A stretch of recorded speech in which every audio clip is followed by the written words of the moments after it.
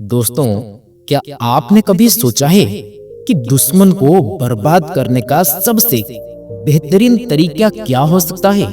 कुछ लोग सीधे टकराव के तरफ बढ़ते हैं, तो कुछ अपनी चतुराई से और अपनी रणनीति से दुश्मन को मिटा देते हैं। लेकिन क्या आप जानते हैं कि दुश्मन को हराने के लिए हमेशा ताकत की नहीं, बल्कि गहरी सोच और समझदारी जरूरी है।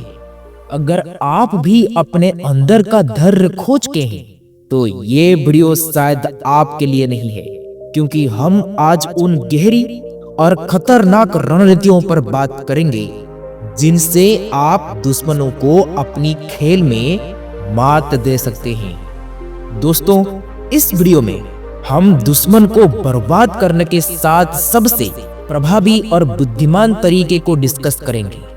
तो तैयार हो जाइए इस अद्भुत यात्रा के लिए। दोस्तों, माइंड से खुद को बेहतर बनाना पहला और सबसे महत्वपूर्ण तरीका है। खुद को बेहतर बनाना। दुश्मन की सबसे बड़ी ताकत आपकी कमजोरी होती है। जब आप खुद को मानसिक, शारीरिक और भावनात्मक रूप से मजबूत बनाएंगे, तो आपके दुश्मन को अपनी ताकत महसूस होने लगेगी। जैसे कि एग्जाम्पल, महात्मा गांधी ने अपने दुश्मनों को कभी हिंसा से नहीं, बल्कि अपने आत्मबल से ही हराया। उन्होंने अपनी कमजोरी को अपनी ताकत बना लिया था। तो अगली बार जब आपका दुश्मन आपके खिलाफ खड़ा हो, तो सोचिए, क्या आप अपनी कमजोरी पर काम कर रहे हैं? उनकी कमजोरियों को समझो। दुश्मन को बर्बाद करने के लिए आपको सबसे पहले ये जानना होगा कि उनकी सबसे बड़ी कमजोरी क्या है। क्या वे गुस्से में जल्दी आ जाते हैं? क्या वे आसानी से लालच में आ जाते हैं? एग्जाम्पल, चाणक्य नीति में कहा गया है कि दुश्मन की कमजोरी को पहचान कर ही उसे हराया जा सकता है। अगर आप अपना लड़ाई जीतना चाहते हैं, तो सबसे पहले दुश्मन की मानसिक स्थिति को जानो। अब सोचिए, क्या आप उनकी कमजोरियों को पहचानने में सक्षम हैं? नंबर 3, धैर्य से वार करें। कभी आपने शतरंज खेला है? वहां जीतने के लिए सबसे जरूरी चीज है धैर्य। हर कदम सोच समझकर उठाएं। जब आप अपने दुश्मन को धैर्य से खेलते हैं, तो वो खुद ही अपनी चालों में फंस जाएगा। एग्जाम्पल, छत्रपति शिवाजी महाराज ने मुगलों के खिलाफ हमेशा कूटनीति और धैर्य का इस्तेमाल किया, क्योंकि वो जानते थे कि सही समय आने पर ही वार करना चाहिए। तो अगली बार जब आप किसी मुश्किल स्थिति में हो, तो धैर्य रखें। सही वक्त आने पर ही जीत हासिल करेंगे। नंबर 4, खुद को अनजान दिखाएं। दोस्तों, कभी कभी दुश्मन को हराने के सबसे अच्छा तरीका यह है कि खुद को कमजोर और बेकार दिखाना। उन्हें यह एहसास दिलाना कि आप उनके मुकाबले कुछ नहीं हो, जबकि असल में आपके पास एक मजबूत योजना हो। एग्जाम्पल, महाभारत में श्री कृष्ण ने कौरवों को यह एहसास दिलाया कि पांडव कमजोर हैं, लेकिन असल में उनका एक कदम चतुराई से तेज था।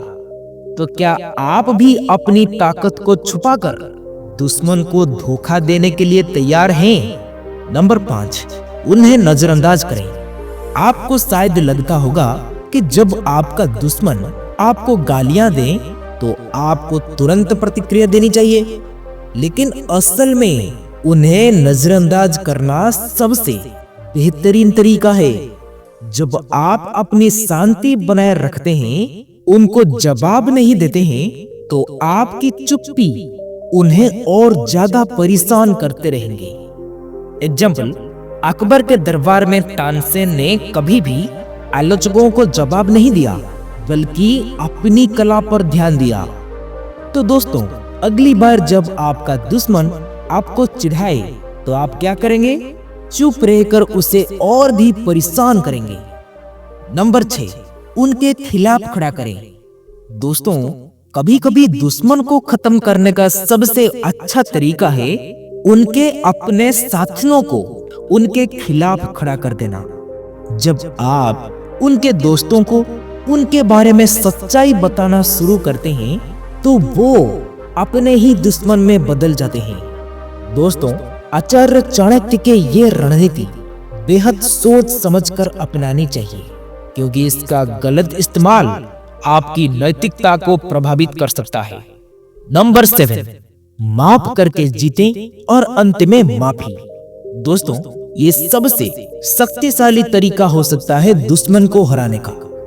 जब आप किसी को माफ करते हैं तो आप उनकी नफरत और घृणा को खत्म कर देते हैं। जैसे कि एग्जाम्पल, भगवान गौतम बुद्ध ने हमेशा ये सिखाया है कि माफी से बड़ी कोई ताकत नहीं होती। जब आप माफ करने की ताकत रखते हैं तो आपके दुश्मन को आपकी महानता को महसूस करना ही पड़ेगा।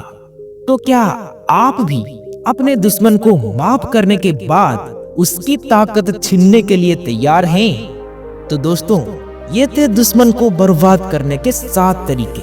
लेकिन याद रहे, ये सभी तरीके केवल तभी प्रभावी है जब आप अपनी मानसिकता सही रखें। हमेशा याद रखें कि सख्त सोच और समझदारी से ही आप किसी को भी हराने में सफल होंगे।